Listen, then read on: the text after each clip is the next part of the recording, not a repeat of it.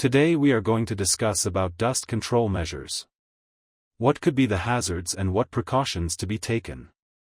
Hazard number 1. Dust inhalation causing breathing issues. Wear dust mask or respirator. Hazard number 2. Poor visibility due to dust. Use water spraying to control dust. Hazard number 3. Eye irritation from dust particles. Wear safety goggles. Hazard number 4. Dust accumulation on surfaces. Clean work area regularly. Hazard number 5. Dust spreading to nearby areas. Use barriers or covers to contain dust.